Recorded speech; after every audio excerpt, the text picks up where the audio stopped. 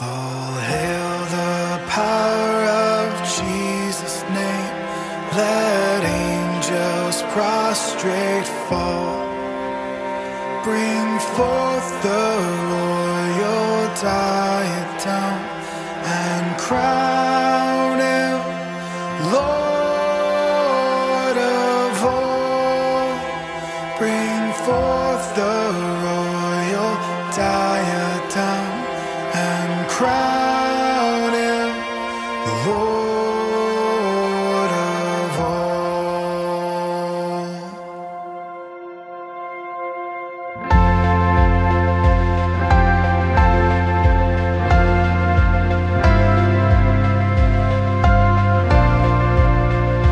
O seed of Israel's chosen race, now ransomed from the fall. Hail him who saves you by his grace and crown him Lord of all.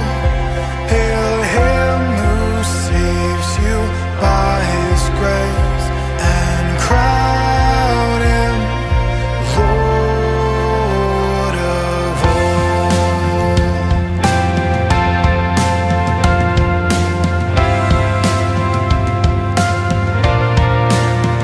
Sinners whose love can never forget the wormwood and the gall.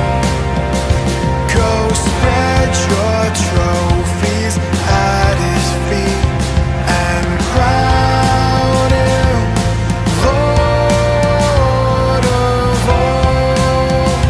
Go spread your trophies at his feet and crown him Lord of all.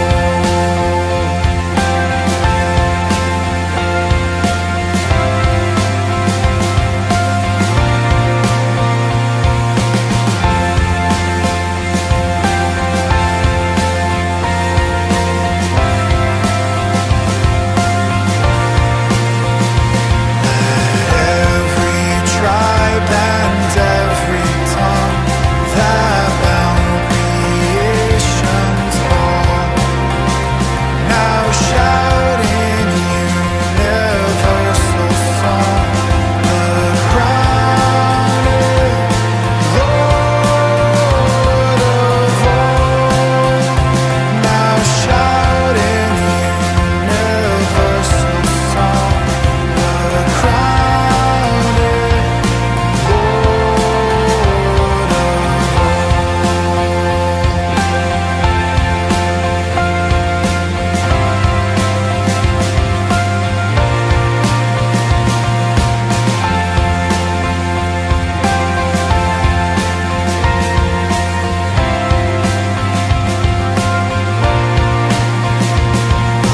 that with yonder sacred throng we at his feet may fall. We'll join the everlasting song and crown him Lord of all. We'll join the everlasting song and crown him Lord of all.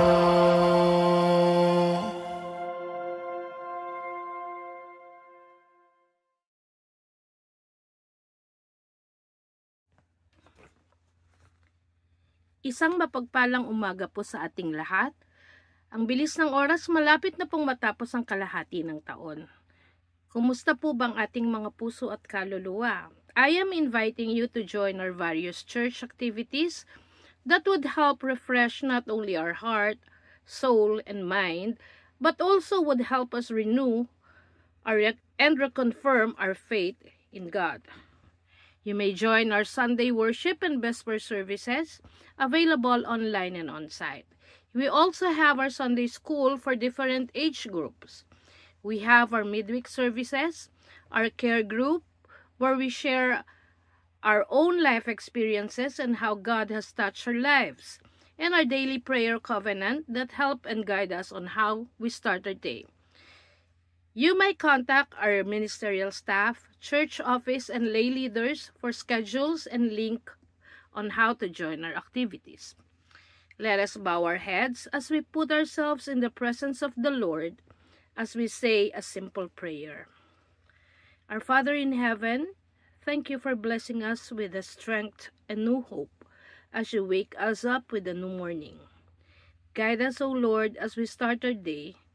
Clear our minds and our hearts with troubles, fears, and anxiety, and reminds us that you are always in control. Open our hearts and our minds too, so that we will be able to see that message that you would like to impart to each one of us. May the words that I utter be guided by you, and I trust that you and your plan will be imminent on our prayer covenant today. This we pray in Jesus' name, Amen.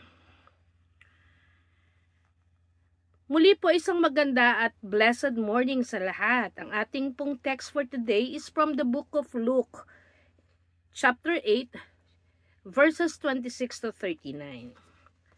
Jesus restores a demon-possessed man. They sailed to the region of Gerasenes, which is across the lake from Galilee. When Jesus stepped ashore, he was met by a demon-possessed man from the town. For a long time, this man had not worn clothes or lived in a house, but had lived in the tombs.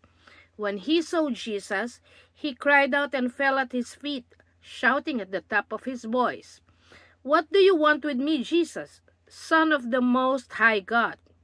I beg you, don't torture me." For Jesus has commanded the impure spirit to come out of the man. Many times it had seized him, and though he was chained hand and foot and kept under guard, he had broken his chains and had been driven by the demon into solitary places.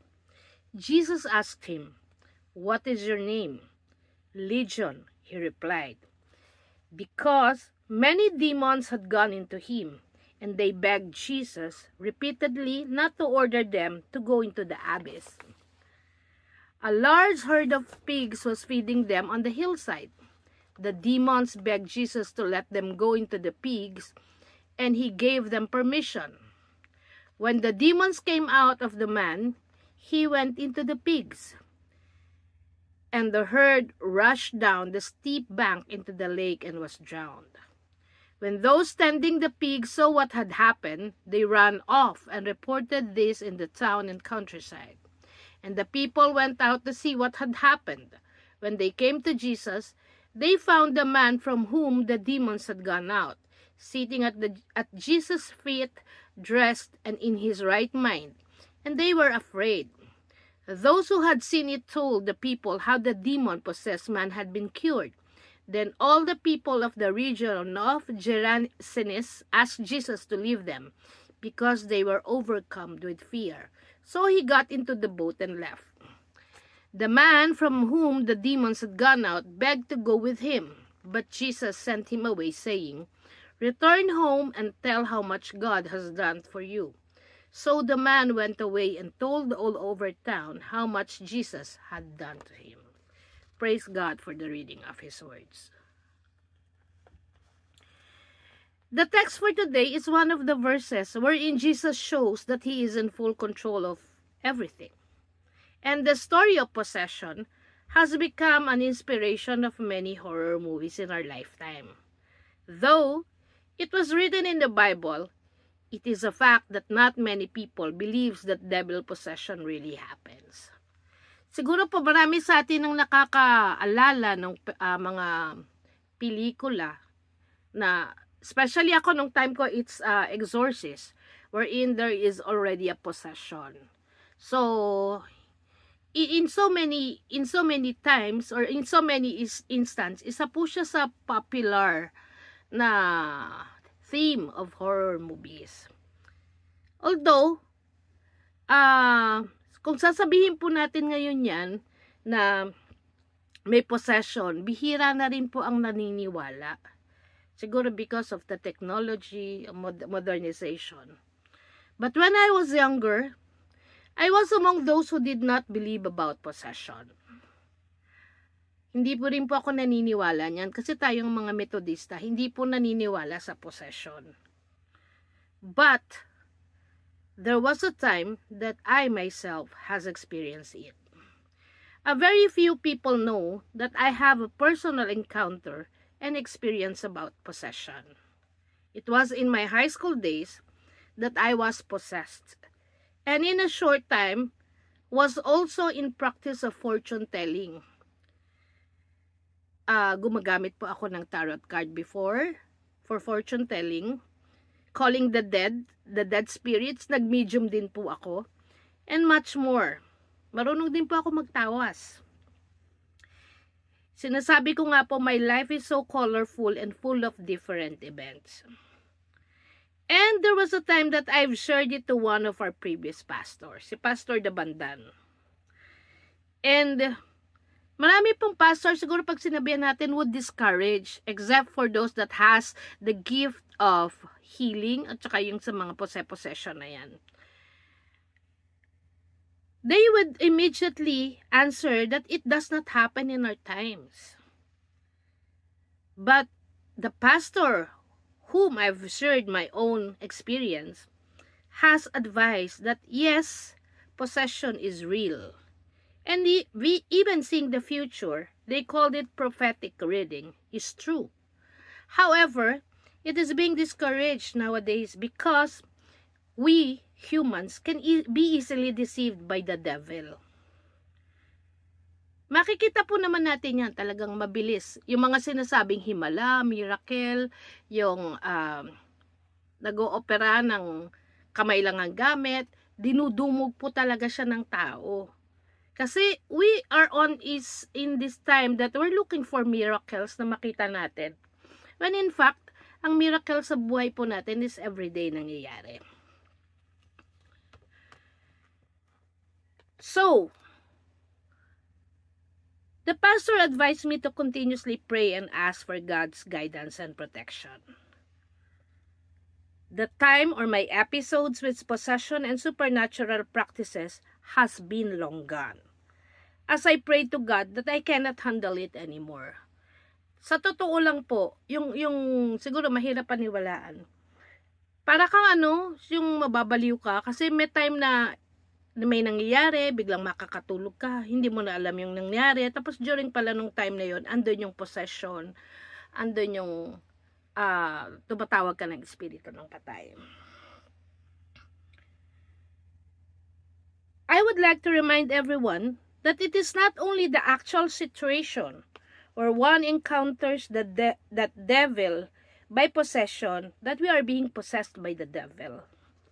As the time evolves, even the way that devil possesses us changes and evolves.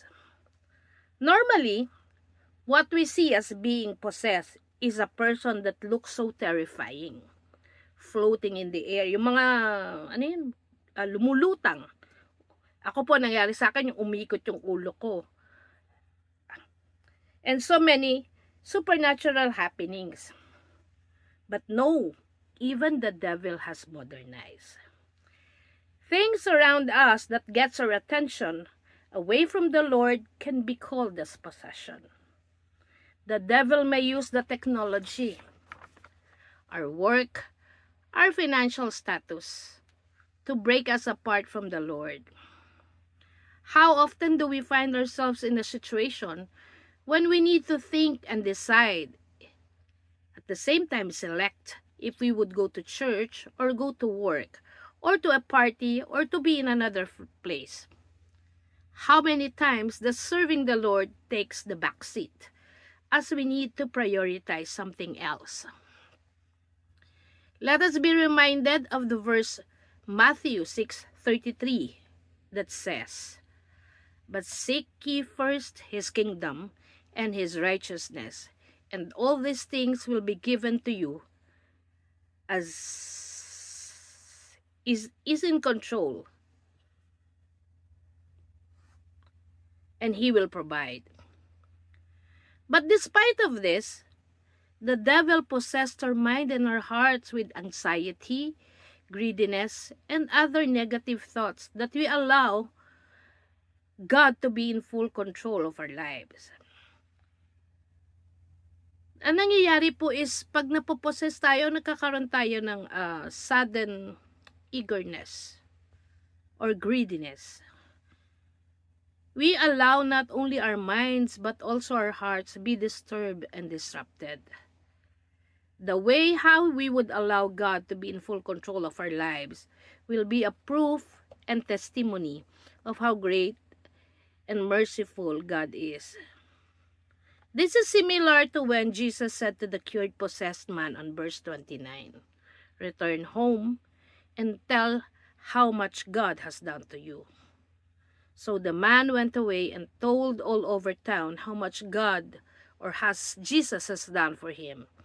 Our display of total surrender to God will be a living proof that God is working within us, and that He is always holding our hands to survive every test, every trouble that occupies and possesses our mind, heart, and spirit, that creates a space between us and the Lord. I am asking you now to examine your life, examine your heart. What are the things and situations that possess your heart, mind, and soul, driving you away from the Lord? Let us pray. Dear Lord God, guide our hearts and our minds, and allow us to see the most important thing that we have to focus in our life. It is maintaining our faith and relationship with you. Tap our shoulders every time that we get disrupted by life's troubles and by our successes, causing us to lose our focus in you. Yes, the struggle is real and difficult, but we may all be always reminded that you are the greatest and nothing is impossible to you. Be with us as we start the day, and may the actions and words that we utter and do today be pleasing in your sight. This we pray in Jesus' name. Amen. Magandang umaga.